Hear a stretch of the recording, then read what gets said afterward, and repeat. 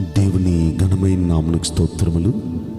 ఈ వాగ్దానం వింటున్న మీకందరికీ మన ప్రభువును ప్రియ రక్షకుడైన యేసుక్రీస్తు నామములో శుభములు, మా హృదయపూర్వకమైన వందనములు తెలియచేస్తున్నాం.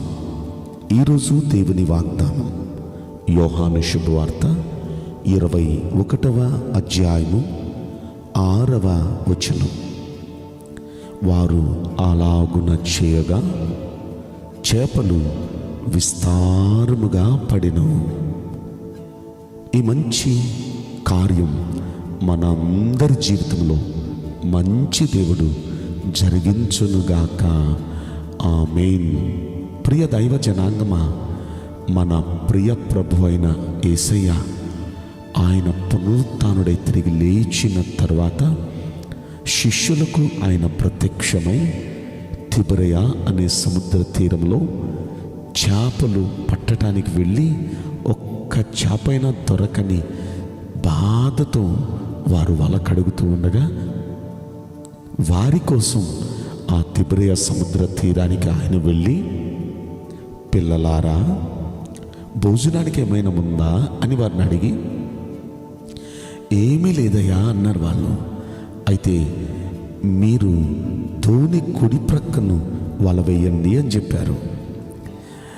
వారు అలా చేశారండి. అలా చేయగానే విస్తారమైన చేపలు పడినాయంట, విస్తారంగా. ప్రియ దైవ జనాంగమా, మన ప్రభు పునరుత్థానుడై తిరిగి లేచింది మన కొరకే, మనకు విస్తారమైన దీవెనలు ఇవ్వటం కొరకే. అప్పటి వరకు వారి జీవితంలో ఒక్క ఆశీర్వాదం కూడా లేదు, ఒక్క చేప కూడా లేదు, అంటే ఒక్క దీవెన కూడా లేదు. ఈరోజు నీ వాగ్దానం వింటున్న మీలో, యేసయ్యా ఒక్క మంచి జరగటం లేదు, ఒక్క ఆశీర్వాదం లేదు, ఒక్క శుభం జరగటం లేదు, కుటుంబంలో పోషణ కూడా చాలా కష్టంగా ఉంది, ఆర్థికంగా చాలా ఇబ్బందులు పడుతున్నాం, అద్దులు కట్టుకోలేని పరిస్థితి, పిల్లల్ని చదివించుకోలేని పరిస్థితి, చాలా ఇబ్బందులు గుండా వెళుతున్నాం అని బాధపడుతున్నారా? మన దేవుడు సమృద్ధిలోనికి మిమ్మల్ని తీసుకుని వెళ్ళబోతున్నారు. ఎంతగా అంటే విస్తారంగా. అలా చేయటానికే ఆయన అలనాడు ఏమీ లేని వారి దగ్గరికి వెళ్ళాడు. వారిని విస్తారమైన చేపలతో నింపాడు, విస్తారమైన ఆశీర్వాదాలతో. ఈనాడు మీరు ఏమీ లేదని మీరు బాధపడుతున్నారా? మీరు ఇబ్బందులు పడుతున్నారా? అయితే మన ప్రభు చెప్పినట్లుగా మనం చేయడానికి తీర్మానం చేసుకుందాం. వారితో ఏమన్నారంటే, పిల్లలారా, ఏమీ లేని పరిస్థితుల్లో మీరు ఉన్నారు కదా, అయితే మీరు పని చేయండి, ధోని కుడివైపున మీరు వల వేయండి అయ్యా, మీకు దొరుకుతుంది.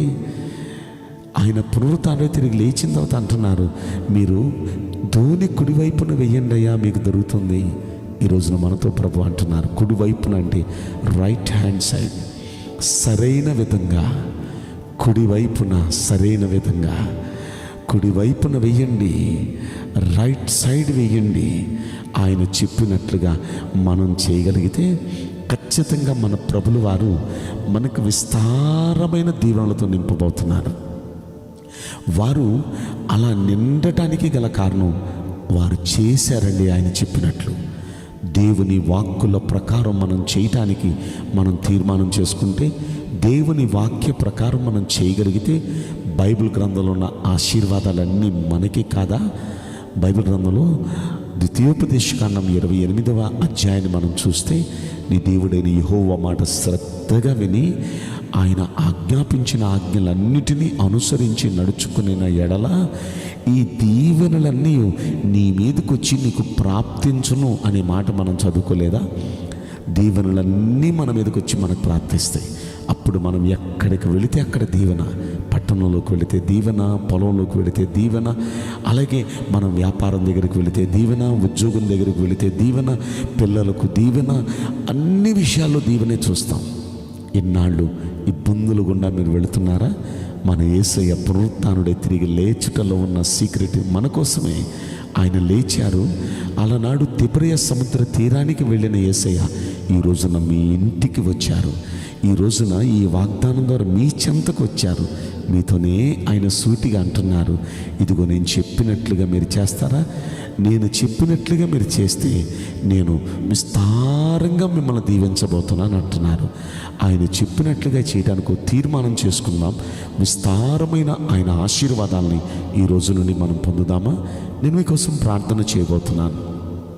పరిశుద్ధుడా, ప్రేమగల యేసురాజా, మీ పరిశుద్ధ బంగారు పవిత్రమైన నామమునకు నిండు మనసుతో కోట్ల కొలదిగా స్తుతులు, స్తోత్రములు, వందనాలు చెల్లిస్తున్నాం. ఈ వాగ్దానం వింటున్న ప్రియుల జీవితంలో దయచేసి ఈ వాగ్దానం నెరవేర్చి కృప చూపించండి. మా కోసమే మీరు తిరిగి లేచారు. అలనాడు తిబెరియ సముద్ర తీరములో బాధతో, ఇబ్బందితో ఉన్న వారి కోసం వెళ్ళిన దేవుడివి మా కోసం మా ఇళ్లలోనికి ఈ వాగ్దానం ద్వారా వచ్చారు యేసయ్య. మీ కృతజ్ఞతలు అయ్యా. కొరతతో ఉన్న మాకు, లేమిలో ఉన్న మాకు సమృద్ధిని, విస్తారమైన దీవెనలు మీరు అనుగ్రహించబోతున్నందులకు కోట్ల కొలదిగా కృతజ్ఞత స్తోత్రములు చెల్లిస్తూ నజరేయుడైన యేసుక్రీస్తు ప్రశస్తమైన నామములో మిక్కిలి వినయముతో ప్రార్థించి బ్రతిమలాడి వేడుకుంటున్నాం ప్రియ పరలోకపు తండ్రి. ఆమేన్. May God bless you all. Thank you.